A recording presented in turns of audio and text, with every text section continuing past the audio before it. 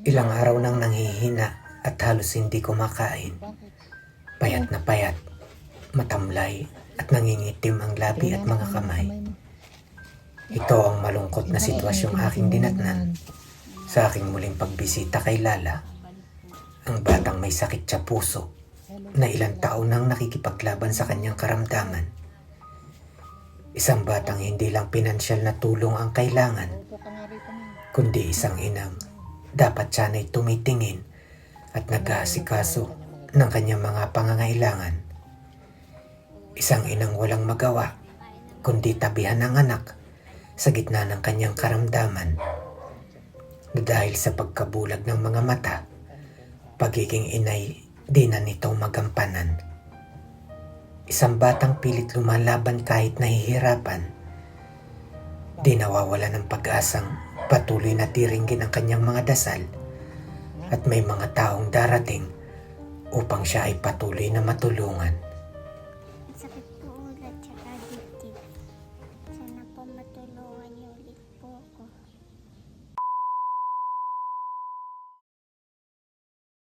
Ay, wala na yung daan dito. Wala na. Dito na sila dumaan. Ay, lalong lumalim ulit. Mahirap naman kayo dyan. Tuloy na ako ha. Kakapita. Ang lalim po ng papunta kinaan. Lumapit ka na kayo. Kinalala. Thank you, te. Biruin niyo po to. Ganto katarik yung dinadaanan ni Lala. Matagal po nating hindi na dalaw si Lala. Ilang buwan din yata. Hindi ko na alam kung kumusta na sila ngayon. Si Lala po yung bata na may sakit sa puso. Kaya lang hindi po makapagpatuloy-tuloy ng pagkagamot. Lalong-lalo na yung ina po ni Lala ay hindi po nakakakita yung mga mata. Kaya hindi lang po perang pampagamot yung problema ni Lala, kung hindi yung inang mag-aasikaso rin. Hindi pa nila namamalayan, nandito na tayo.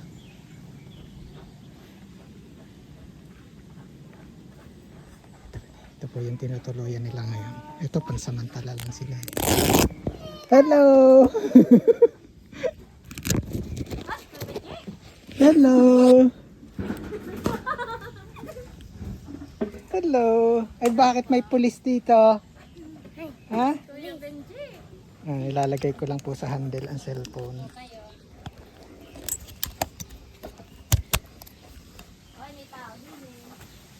Kumusta kayo? Pwede bang pumasok?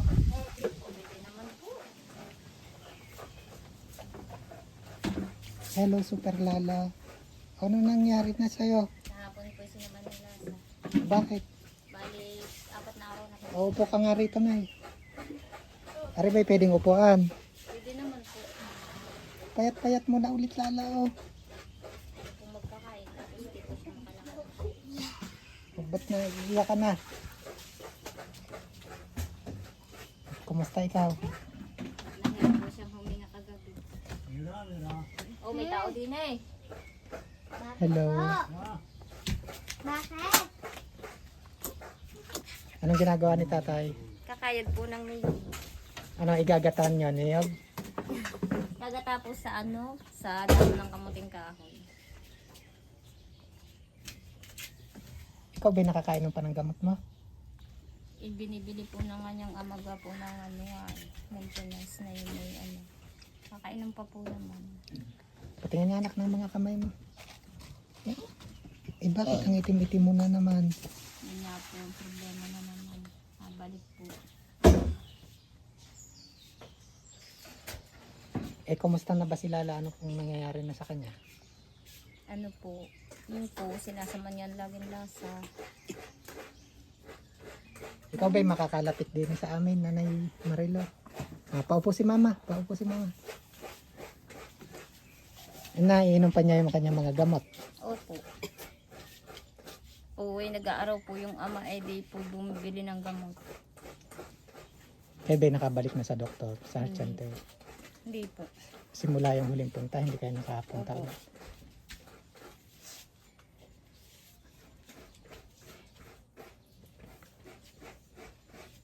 Bakit ako hindi mo na kinakausap?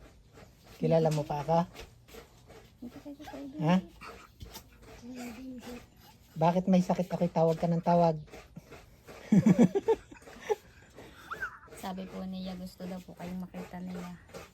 Inantayan po kayo lagi. Sabi ko baka busy o di kayo may sakit. Bakit daw hindi ka kumakain?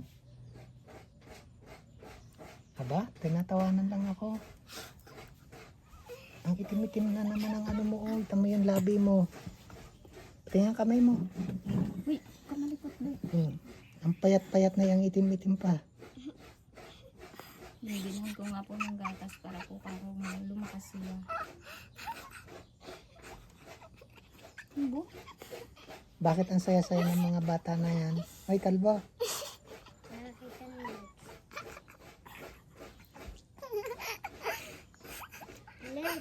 Ito ay bad.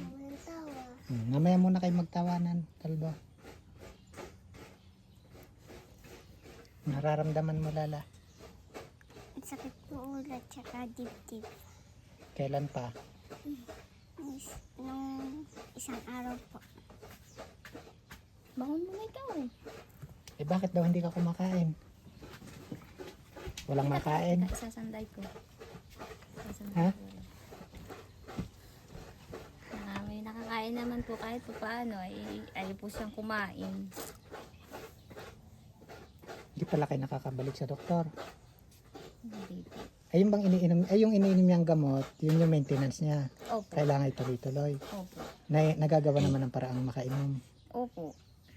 Hindi po yung mag-aaraw po yung aking asawa tapos po bibili siya ng gamot. Talaga lang ang problema, hindi makabalik ng heart center. Opo. Kasi di ba yung heart center na yun, dapat po yun ay buwan-buwan na monitor ng doktor. Eh, ilang buwan na rin, di ba? Nung huling ano, Ilang buwan yun? hindi nyo na talaga na ibalik. Hindi po. Tapos na wala po akong makuna. Naghanap ng rin po ako ng pera. Wala na po akong makuna.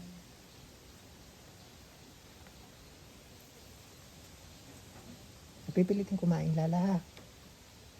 Ano bang pinakakain ni mama sa'yo? Kanin po. Anong ulam? Gulay po. O, ba't hindi ka nakain?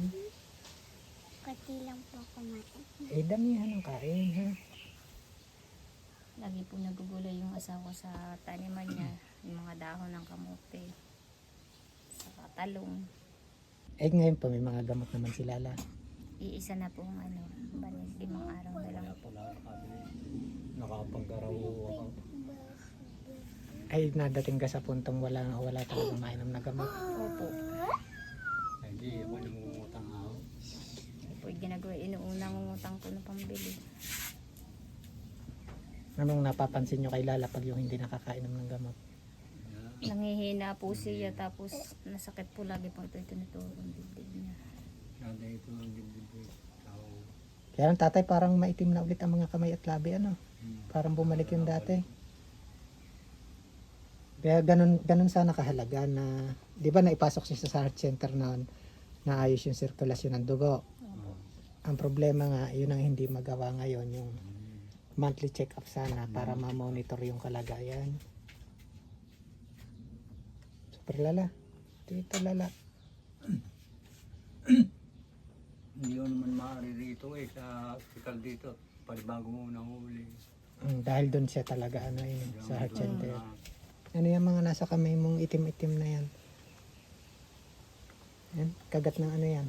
Nagkapira nga ako yung bili ko ng prota. Yan, pinagkakasak na huli.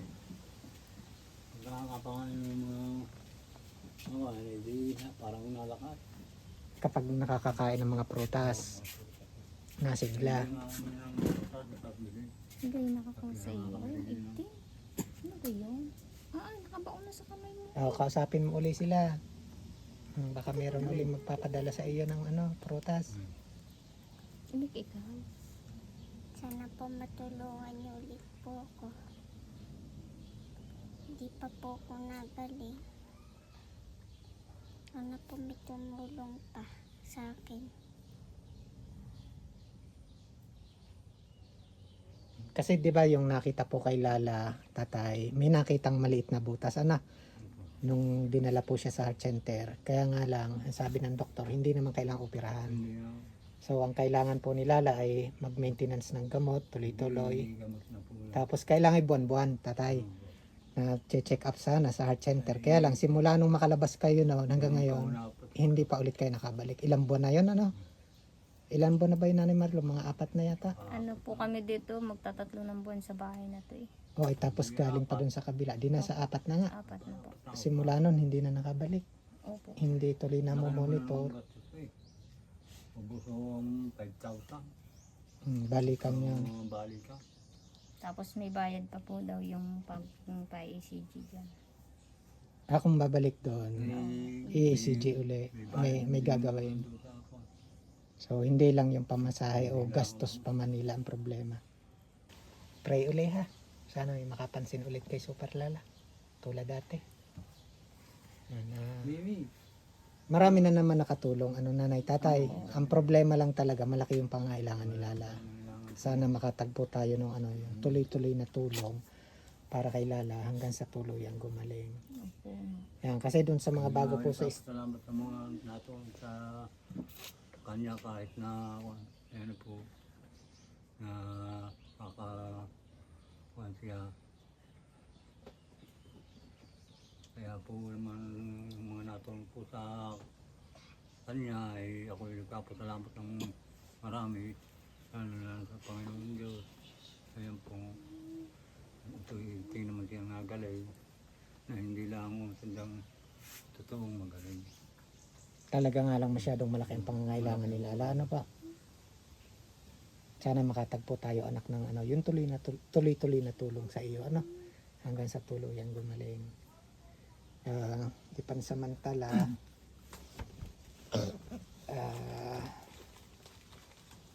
ito pamdagdag sa pambili ng gamot mo.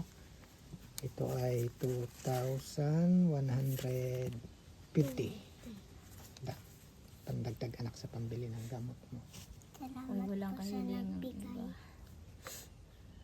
Nakakabili ulit po ako ng gamot.